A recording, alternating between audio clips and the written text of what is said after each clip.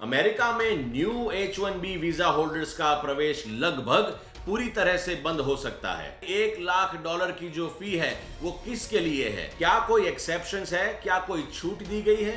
यदि आप H1B extension या ट्रांसफर करते हो और आप स्टैंपिंग के लिए आउट ऑफ कंट्री जाते हो, H1B वीजा को लेकर इतनी बड़ी खबर है कि सब हिल गए हैं। कल रात 19 सितंबर अमेरिका के प्रेसिडेंट डोनाल्ड जे ट्रंप ने ऐसा फैसला लिया है जो इंटरनेशनल स्टूडेंट्स के सपने और उनके भविष्य पर बड़ा असर डाल सकता है। इस प्रोक्लेमेशन यानी सरकारी घोषणा से अमेरिका में न्यू H1B वीजा होल्डर्स का प्रवेश लगभग पूरी तरह से बंद हो सकता है। तो आइए देखते हैं सबसे पहला बदलाव। $100,000 यानी $1 लाख की जो फी है वो किसके लिए है? जो बाहर है उनके लिए है कि जो अमेरिका में है उनके लिए है? हर एक कंपनी जो आउटसाइड ऑफ अमेरिका से H1B वीजा पर एम्प्लॉयज को बाहर से यानी अमेरिका के बाहर से लाना चाहती है, वो सारी कंपनीज को $1 लाख की फीस देनी पड़ेगी। यहां पर और एक सिचुएशन हो सकती है कि यदि आप H1B वीजा पर थे और अब इंडिया चले गए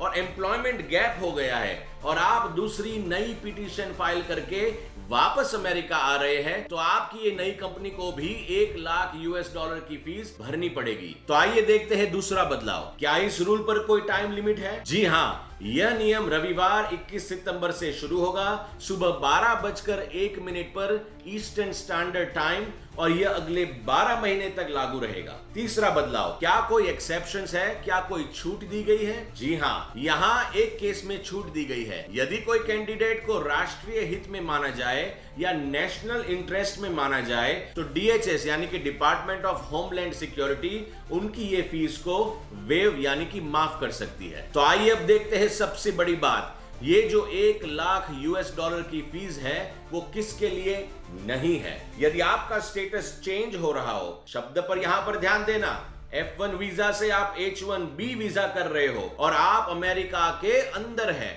तो आपके एम्प्लॉयर यानी आपकी नई हायरिंग कंपनी को ये फीस नहीं भरनी। ये बहुत ही बड़ी बात है। कई सारे पेरेंट्स इंडिया में बैठे हुए इमोशनल और साइकोलॉजिकल डिस्ट्रेस में चले गए हैं और सोच रहे हैं कि हमारे बेटी या बेटी को अब जॉब नहीं मिलेगी और उनको इंडिया वापस आना पड़ेगा। कई सारे पेरेंट्स फाइनेंशियल स्ट्रेस में भी हो सकते हैं, यह सोचकर कि अभी अभी बेटी या बेटा ग्रेजुएट हुआ है और वापस आना हुआ तो स्टूडेंट लोन जो हमने ली है उसका रीपेमेंट कैसे करेंगे। मैं उन सारे पेरेंट्स तक ये बात पहुंचाना चाहता हूं कि आप टेंशन न लें। यदि आपके बेटे या बेटी में इनफ टैलेंट होगा तो उनको जॉब मिल जाएगी और उनका H1B वीजा भी लग जाएगा। दूसरा पॉइंट देखते हैं जहां पर यह फीस लागू नहीं पड़ेगी। यदि आप सेम एम्प्लॉयर के साथ H1B एक्सटेंशन करवाते हैं या उसको रिन्यू करवाते हैं तो ये फीस उनको नहीं भरनी पड़ेगी। तो आइए देखते हैं तीसरा पॉइंट। यदि आप H1B ट्रांसफर करवाते हैं, कंपनी चेंज करते हैं और आप अमेरिका के अंदर ही है तो ये रूल आपको लागू नहीं पड़ेगा। मगर आप पिटीशन फाइल के टाइम पर अमेरिका से बाहर है